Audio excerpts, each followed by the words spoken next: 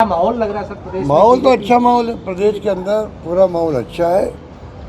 Ticket का वितरण के लिए पूरी प्रक्रिया अभी बातचीत की गई और सब मिलकर इलेक्शन लड़ेंगे। और मैं सबसे अपील भी करना चाहूँगा, तमाम हमारे जो एमएलए एमपीज हैं, तमाम हमारे जिला Congress committee, block Congress committee, मंडल कांग्रेस कमेटी और पंचायतों के भी जो अध्यक्ष बनाए जा रहे हैं उन सबको और आम कार्यकर्ताओं को भी कि ये चुनाव बहुत महत्वपूर्ण है, क्योंकि इस सरकार के 2.5 साल में देखा हमने जो पट्टे हम 500 रुपये में दे रहे थे, 12 लाख पट्टे मैंने बांट दिए। इस सरकार के वक्त में बार बार अभियान चलाते हैं, अभियान फेल हो रहा है, कोई विकास हो नहीं रहा शहरों के अंदर। हमारी जो योजना थी नरेगा की तरह शहरी रोजगार योजना, इतनी क्रांतिकारी फैसला था देश के अंदर। मेरे ख्याल से आंध्र प्रदेश के बाद में राजस्थान था जिसने ये योजना शुरू करी, नरेगा की पैटर्न पर शहरों में रोजगार मिले, उसको बंद कर दिया है। तो कई योजनाएं जो राष्ट्रीय अंतर्राष्ट्रीय जो लोन आता है वो योजना बंद पड़ी है। अब ये हमारा जो आईपीडी टावर बन रहा है, ये भी हमने स्मार्ट सिटी की जो स्कीम थी उसको बनाया, साथ में लिया। तो बड़े बड़े काम हमने किए हमारे वक्त में, मिस्टर शांति धारीवाल के वक्त में ऐतिहासिक काम हुए हैं यूडीएच को, एलएससी को लेके, स्वास्थ्य साझी संस्था को लेके, और ये बर्बाद कर दिया पूरा इन्होंने। इस मंत्रालय में ध्यान दे नहीं रहे हैं। ये मंत्रालय बहुत इम्पोर्टेंट है शहरों के लिए, शहरों के विस्तार के काम आ गए, जेडीए के अंदर आ गए, जो डेवलपमेंट अथॉरिटी बनी उसमें आ गए हैं, कोई ध्यान दे नहीं रहा गाँव की तरफ। ये डिपार्टमेंट, ये मंत्रालय बहुत इम्पोर्टेंट है, उसके चुनाव हो रहे हैं और लोगों में बहुत गुस्सा है सरकार को लेकर के। मैं उम्मीद करता हूँ कि कांग्रेस भारी बहुमत जीतेगी, टिकट का वितरण ढंग से हो जाए, उसके लिए बातचीत हुई है। उम्मीद करते हैं जो जाएंगे ऑब्जर्वर उनको ही पीसीसी पूरा अधिकार दे के भेजेगी, आप फैसला वहाँ की स्थिति, वहाँ के मेरिट पे करो।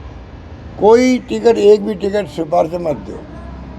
सिफारिश टिकट दिया नहीं वो हारा नहीं, क्योंकि जो जेन्युइन आदमी है कार्यकर्ता उसको टिकट मिले बस।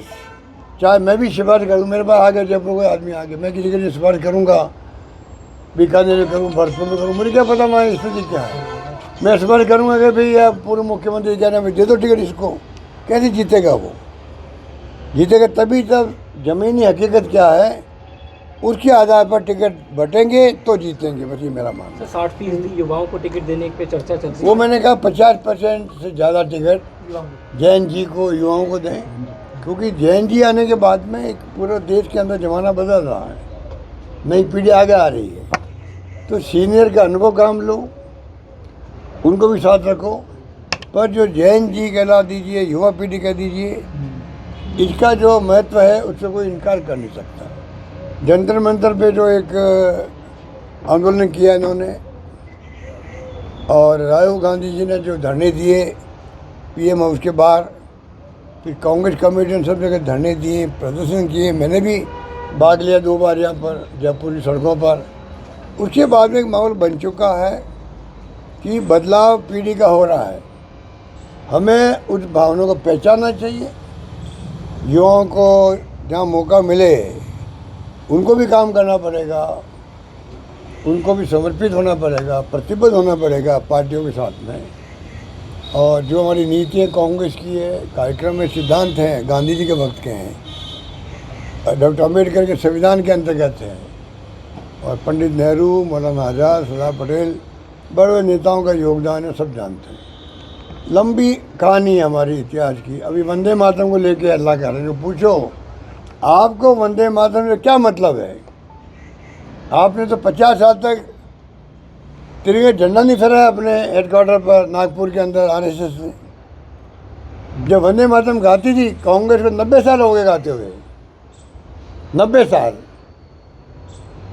तो आप बताइए, कांग्रेस को 90 साल हो गए गाते हुए, और उस गायन के अंदर जो है अब एक बिल लेके आए, क्योंकि गिल्टी कॉन्शियस है, अपराध बोध ग्रसित है कि हमने 90 साल तक क्यों नहीं साथ दिया कांग्रेस का, या जो आंदोलन था अपना फ्रीडम मूवमेंट का, फ्रीडम मूवमेंट के वक्त में ये लोग अंग्रेज़ों से मिले हुए थे। जब वंदे मातरम गाया जाता था तो अंग्रेज़ों के खिलाफ था वंदे मातरम, अंग्रेज़ खुद भड़क गए थे। ये पूरे देश की एकता की बात कर रहे थे, वो खुद भड़क गए थे। उनका साथ इन्होंने दिया आरएसएस के लोगों ने। इन्होंने आरएसएस ने अपनी खुद की नई वो गीत बनाए इन्होंने अपना, जो शाखाओं में गाते हैं लोग। तो दुनिया जानती है कि इनका गीत क्या है। इन्होंने क्यों नहीं उस वक्त में वंदे मातरम की बात करी? अब जाके आप बिल बना रहे हो, वंदे मातरम की बात कर रहे हो, अब जा करके इनको क्या अधिकार है बात करने का? सोनिया गांधी जी ने कह दिया, यहाँ गृह मंत्री आके बोले हैं, मैं उनकी कंडेम करता हूँ उनको। आपका क्या संबंध है वंदे मातरम से? आपने कल परसों कानून बनाया, आपका संबंध यही है बस खाली।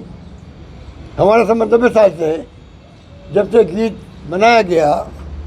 उसके बाद में रविन्द्रनाथ टैगोर ने जब कोई सानिध्य में कमेटी बनी, पंडित नेहरू उसके अंदर थे, सुभाष चंद्र बोस उसके अंदर थे, सबने मिल कर के तय किया भाई क्या हमें वंदे मातरम में गाना है 90 साल पहले। और ये कल परसों की बातें करते करते ये विवाद पैदा कर रहे हैं। सोनिया गांधी जिनका एक और देश के अंदर अलग ढंग का है, जिस प्रकार उन्होंने यहाँ की पब्लिक लाइफ के अंदर भी भाग लिया हो, सामाजिक ज़िंदगी में भाग लिया हो, एक और बना दिया कि ये भारतीय संस्कृति की महिला की पहचान बता चुकी सोनिया गांधी। उनके बारे में ये कमेंट करते हैं मोदी जी है, अमित शाह जी भी। तो आप सोच सकते हो कि प्रधानमंत्री बोले, क्या बोले वो, दिमागी नक्सल। अब उनके मंत्री जो है वो रिजिजू जी, वो समझते थे फिर रहे कि हमने अपूरी को नहीं कहा, उनको नहीं कहा, इनको नहीं कहा, किनको कहा फिर आपने? इधर भी पूरे एक्सपोर्ट हो गए, इनका ग्राफ नीचे आ रहा है। धन्यवाद। Thank you.